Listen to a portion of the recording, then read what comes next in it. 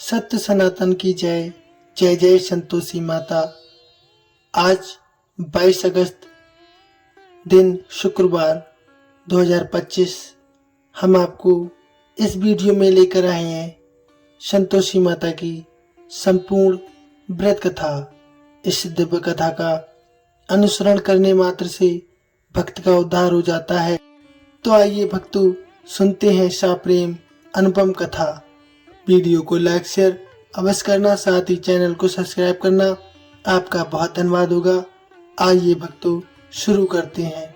एक बुढ़िया थी, उसके 7 बेटे थे। 6 कमाने वाले थे, जबकि एक बहुत निकम्मा था। बुढ़िया 6 बेटों को रसोई बनाती, भोजन करवाती और जो कुछ ऊँटा बचता वह 7वें को दे देती। एक दिन वह अपनी पत्नी से बोला, देखो मेरी माताजी मुझ पर कितना प्रेम करती हैं। उस पर उसकी पत्नी बोली, क्यों नहीं करती, सबका झूठा बचा आपको जो खिलाती हैं। वह बोला, ऐसा नहीं हो सकता, मैं जब तक आंखों से ना देख लूं मान नहीं सकता। बहू हंसकर बोली, जब आप देख लोगे तब तो मानोगे ना। कुछ दिन बाद एक त्योहार आया। घर में 7 प्रकार के भोजन, चूरमे के लड्डू बने। वह जांचने को सिर दुखाने के बहाने पतला वस्त्र सिर पर रखकर रसोई घर में सो गया। वह कपड़े में से सब देखता रहा। 6 भाई भोजन करने आए। उसने देखा माँ ने उनके लिए सुंदर आसन बिछाकर नाना प्रकार की रसोई परोसी और आग्रह करके उन्हें जमाया। वह देखता रहा। 6 भाई भोजन करके चले गए। उनकी झूठी थालियों में से लड्डुओं के टुकड़े उठाकर एक लड्डू बनाया। जूठन साफ कर बुढ़िया माँ ने उसे पुकारा, बेटा तुम्हारे सभी भाई भोजन करके चले गए हैं, अब तू ही बाकी है, उठ आ भोजन खा ले। वह कहने लगा, माँ मुझे भोजन नहीं करना, मैं अब परदेश जा रहा हूँ। माँ ने कहा, कल जाता हो बेटा, आज ही चला जा। वह बोला, हाँ आज ही जा रहा हूँ। चलते समय उसे अपनी पत्नी की याद आई। वह गौशाला में उपले थाप रही थी। वहां जाकर वह उससे बोला, हम जामे परदेश आवेंगे कुछ काल, तुम रहियो संतोष से धर्म अपनो पाल। वह बोली, जाओ पिया आनंद से, हमरो सोच हटाए, राम भरोसे हम रहे ईश्वर तुम्हें सहाय। दे दो कोई निशानी आपन, देख धरू में धीर, सुध मत हमारी बिसरियो, रखियो मन गंभीर। फिर वह बोला, मेरे पास तो कुछ नहीं है, ये एक अंगूठी है, सो तुम ले लो और अपनी कुछ निशानी मुझे दे दो। वह बोली, मेरे पास क्या है, ये गोबर भरा हाथ है। ये कहकर उसने उसकी पीठ में गोबर के हाथ की थाप मार दी। वह चल दिया। चलते चलते दूर प्रदेश पहुंचा। वहां जाकर एक साहूकार की दुकान पर उसे नौकरी रखने के लिए वह अर्जी करने लगा। साहूकार को भी जरूरत थी। वह बोला, रह जा। लड़के ने पूछा, तनख्वाह क्या दोगे? साहूकार ने कहा, काम देख कर दाम मिलेंगे। साहूकार की नौकरी मिली। वह सुबह 7 बजे से 10 बजे तक नौकरी बजाने लगा। कुछ दिनों में दुकान का सारा लेन देन, हिसाब किताब, ग्राहकों को माल बेचना, सारा काम करने लगा। साहूकार के 7-8 नौकर थे। वे सब चक्कर खाने लगे, ये तो बहुत होशियार बन गया है। सेठ ने भी उसका काम देखा और 3 महीने में ही उसे आधे मुनाफे का हिस्सेदार बना लिया। वह कुछ वर्ष में एक नामी सेठ बन गया और मालिक सारा कारोबार उस पर छोड़कर चला गया। पति की अनुपस्थिति में सास ने बहू पर बहुत अत्याचार किए। इधर उसकी पत्नी को सास ससुर दुख देने लगे। सारी गृहस्थी का काम करवाकर उसे लकड़ी लेने जंगल में भेजते। इसी बीच घर के आटे में से जो भूसी निकलती उसकी रोटी बनाकर रख दी जाती और फूटे नारियल के छिकले में उसे पानी दे दिया जाता। एक दिन वह लकड़ी लेने जा रही थी। रास्ते में बहुत सी स्त्रियां संतोषी माता का व्रत करती दिखाई दी। वह वहां खड़ी होकर कथा सुनने लगी और पूछने लगी, बहनों तुम किस देवी देवता का व्रत करती हो और उसके करने से क्या फल मिलता है। यदि तुम इस व्रत का विधान मुझे समझा कर कहोगी तो मैं तुम्हारा बहुत बड़ा एहसान मानूंगी। तब उनमें से एक स्त्री बोली, सुनो बहन, ये संतोषी माता का व्रत है। इसके करने से गरीबी, दुख आदि नाश हो जाता है और जो कुछ मन में अधूरी कामना होती है वह भी माता की कृपा से संपूर्ण हो जाती है। तब उसने पूछा, हे बहन, इस व्रत की विधि क्या है।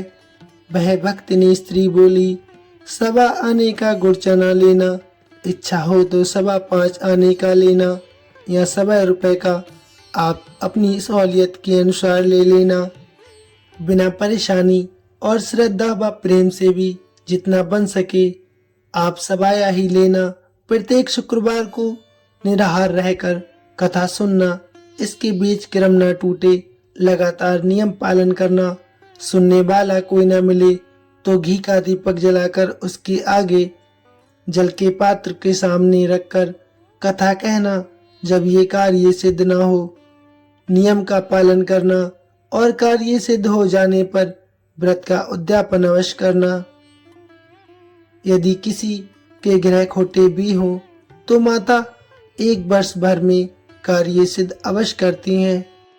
फल सिद्ध होने पर उद्यापन करना चाहिए, बीच में नहीं। उद्यापन में 2.5 सेर आटे का खाजा तथा इसी परिमाण से खीर तथा चने का साग करना।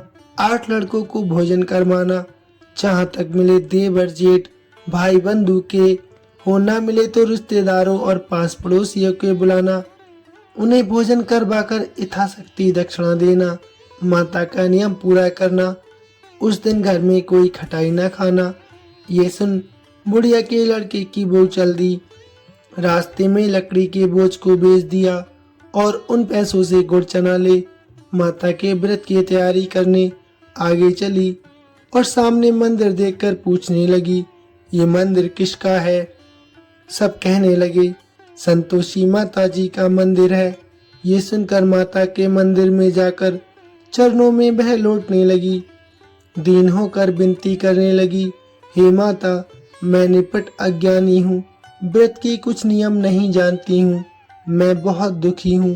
हे माता, हे जगत जननी, मेरा दुख दूर करें, मैं आपकी शरण में हूँ। माता को दया आई। एक ही शुक्रवार बीता था कि दूसरे शुक्रवार को उसके पति का पत्र आया और तीसरे शुक्रवार को उसका भेजा हुआ पैसा भी आ पहुंचा। ये देख जेठ जेठानी मुंह सिकोड़ने लगे, लड़के ताने देने लगे, काकी के पास पत्र आने लगे, रुपया आने लगा, अब तो काकी की खातिर बढ़ेगी। बेचारी सरलता से कहती, भैया कागज आए या रुपया आए, हम सब के लिए अच्छा है। ऐसा कहकर आंखों में आंसू भरकर संतोषी माता के मंदिर में जाकर रोने लगी और कहने लगी, हे माता, हे मातेश्वरी, मैंने आपसे पैसा रुपया थोड़ी मांगा था, मुझे पैसे से क्या काम है, मुझे तो अपने स्वाग से काम है, मैं तो अपने स्वामी के दर्शन मांगती हूँ। तब माता ने प्रसन्न होकर कहा, जा बेटी, तेरा स्वामी जल्दी आएगा। ये सुनकर खुशी से बावली होकर वह घर में जाकर काम करने लगी। अब संतोषी माँ विचार करने लगी, इस भोली पुत्री को मैंने कह तो दिया है कि तेरा पति जल्दी आएगा, लेकिन कैसे वह तो इसे स्वप्न में भी याद नहीं करता। उसे याद दिलाने को मुझे ही जाना पड़ेगा। इस तरह माताजी उस बुढ़िया के बेटे के पास जा स्वप्न में प्रकट हो कहने लगी, साहूकार के बेटे सो रहा है या जागता है। वह कहने लगा, माता सोता भी नहीं हूँ, जागता भी नहीं हूँ, कहो क्या आज्ञा है। तब माताजी कहने लगी, तेरे घर बार कुछ है या नहीं। वह बोला, मेरे पास सब कुछ है, माँ बाप बहू क्या कमी है। माँ बोली, भोले पुत्र, तेरी बहू घोर कष्ट उठा रही है, तेरे माँ बाप उसे परेशानी दे रहे हैं, वह तेरे लिए तरस रही है, तू उसकी सुध ले। वह बोला, हाँ माताजी, ये तो मालूम है मुझे, परंतु जाऊं तो जाऊं कैसे, परदेश की बात है। लेन देन का कोई हिसाब नहीं, कोई जाने का रास्ता नहीं आता, कैसे चला जाऊं। माँ कहने लगी, मेरी बात मान, सवेरे नहा धोकर संतोषी माता का नाम ले, घी का दीपक जला, दंडवत कर दुकान पर जा बैठना। देखते ही देखते तेरा सारा माल बिक जाएगा, सांझ होते होते धन का भारी ढेर लग जाएगा।